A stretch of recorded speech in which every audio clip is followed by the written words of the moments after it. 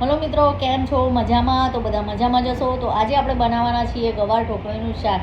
અને ગવાર ઢોકળીના શાકની રેસીપી તમને સારી લાગે તો મારી યુટ્યુબ ચેનલને લાઈક, સબસ્ક્રાઈબ અને શેર જરૂરથી કરજો. કમેન્ટ કરીને મને કહેજો કે તમને આ રેસીપી કેવી લાગી.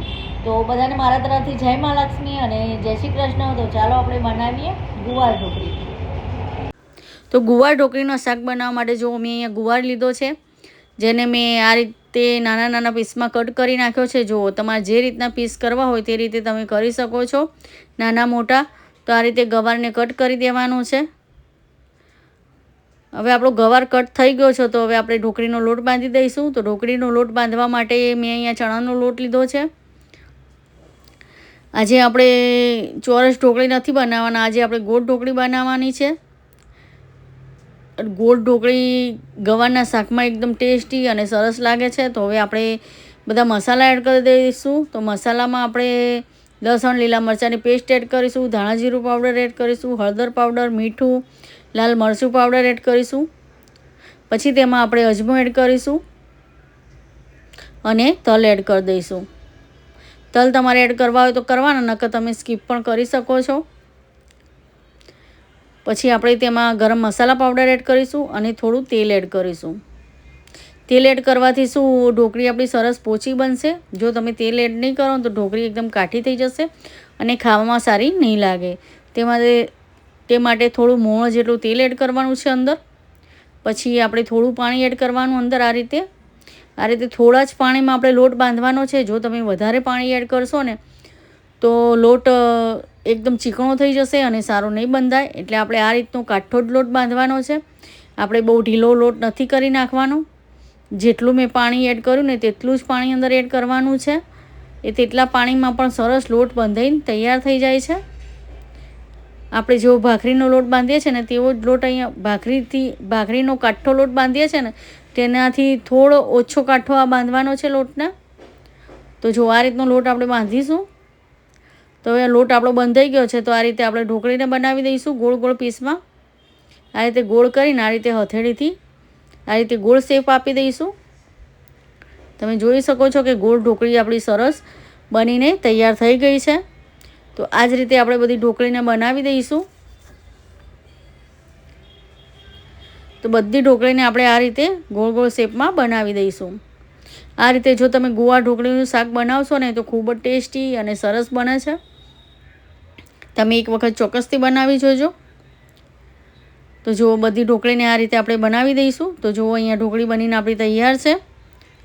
તો હવે શાકમાં એડ કરવાનો આપણે મસાલો તૈયાર કરી દઈશું. તો જો બધી એક સાઈઝની મેં અહીંયા ઢોકળી બનાવી દીધી છે. હવે ખાયણીમાં આપણે લસણ એડ કરીશું, લાલ મરચું પાવડર એડ કરીશું.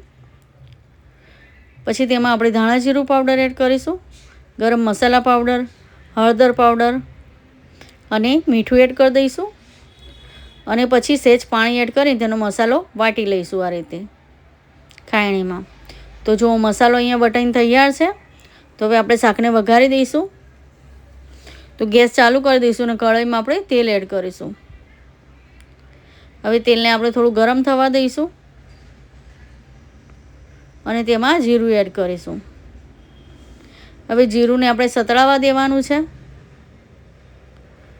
પછી જીરું આપણું સતળાય એટલે એમાં જે આપણે પેસ્ટ બનાવી હતી મસાલાની તેને એડ કરી દઈશું. આ રીતે પેસ્ટ એડ કરીને તેને તેલમાં આ રીતે ચડવા દઈશું. સહેજ પાણી એડ કરી દઈશું જેથી પેસ્ટ મરચું છે એટલે બળી ના જાય. તે માટે સહેજ પાણી એડ કરવાનું છે એટલે સરસ આપણી પેસ્ટ એકદમ ચડી જાય. તો આ રીતે તેલમાં આપણે શેકાવા દેવાનું છે બરાબર મસાલો. તો જો આ રીતે તેલમાં બરાબર મસાલાને શેકાવા દેવાનો, તો જ શાકનો ટેસ્ટ એકદમ સરસ આવશે. તો આ રીતે આપણે શેકાવા દઈશું મસાલાને. તો હવે આપણે આ રીતે પેસ્ટને ચડવા દેવાની છે તેલમાં. જો પેસ્ટ સરસ ચડી જાય એટલે આપણે જે ગવાર કાપેલો ગવાર એડ કરી દઈશું. તો આ રીતે બધો ગવાર આપણે એડ કરી દઈશું.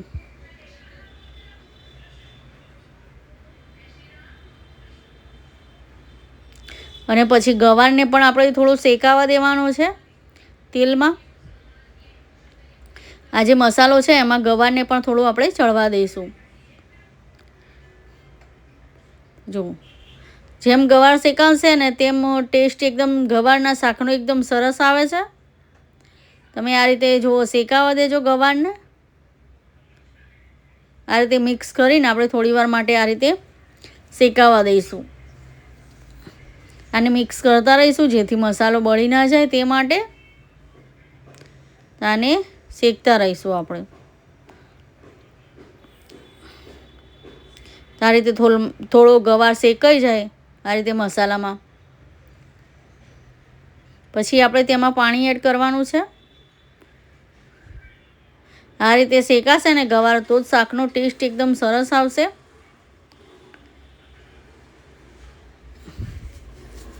તેટલું યાદ રાખવાનું કે આપણે તરત પાણી એડ નથી કરવાનું, આપણે થોડો ગવારને શેકાવા દેવાનો છે, પછી આપણે અંદર પાણી એડ કરવાનું છે.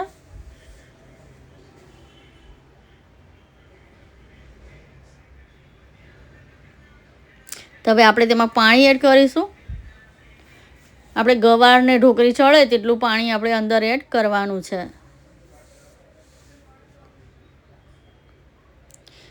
હવે પાણીને આપણે ઉકળવા દેવાનું. પાણી ઉકળે પછી જ આપણે ઢોકળીને એડ કરવાની છે. આપણે જ્યાં સુધી પાણી ઉકળે નહીં ત્યાં સુધી આપણે ઢોકળીને એડ નથી કરવાની. જો તમે પહેલાં ઢોકળી એડ કરી દેશો ને તો ઢોકળી ઓગળી જશે અને ટેસ્ટ પણ સારો નહીં આવે. એટલે પાણીને એકદમ ઉકળવા દેજો, પછી જ આપણે અંદર ઢોકળીને એડ કરીશું.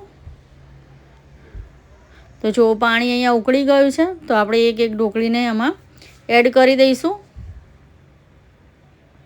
આ રીતે જુઓ, આ રીતે બધી ઢોકળીને આપણે એક એક કરીને એડ કરવાની છે.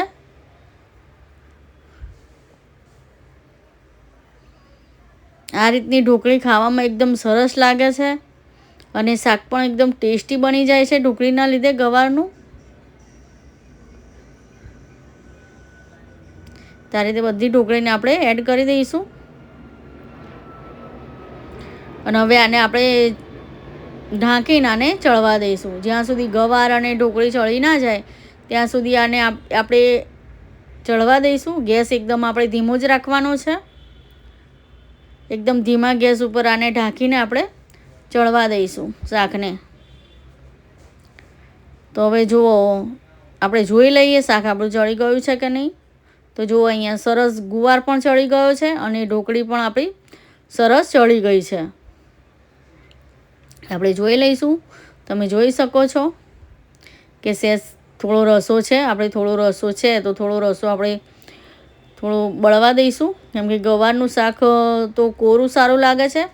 એટલે આપણે બહુ કોરું નથી થવા દેવાનું. જો એકદમ ચોંટી જશે ને, કોરું થઈ જશે ને તો શાક સારું નહીં લાગે. જેથી આપણે થોડો આ રીતનો રસો હોય ને તેવો જ આપણે રાખવાનો છે, કેમ કે શાક ઠંડુ થાય છે ને એટલે ઢોકળી બધો રસો પી જાય છે. તે માટે શાક એકદમ કોરું જ થઈ જાય છે. તે માટે આટલો રસો તો તમારે રહેવા જ દેવાનો છે શાકમાં, જેથી સરસ શાક એકદમ મસ્ત થઈ જાય. તો જો આપણું ગવાર ઢોકળીનું શાક અહીંયા તૈયાર છે.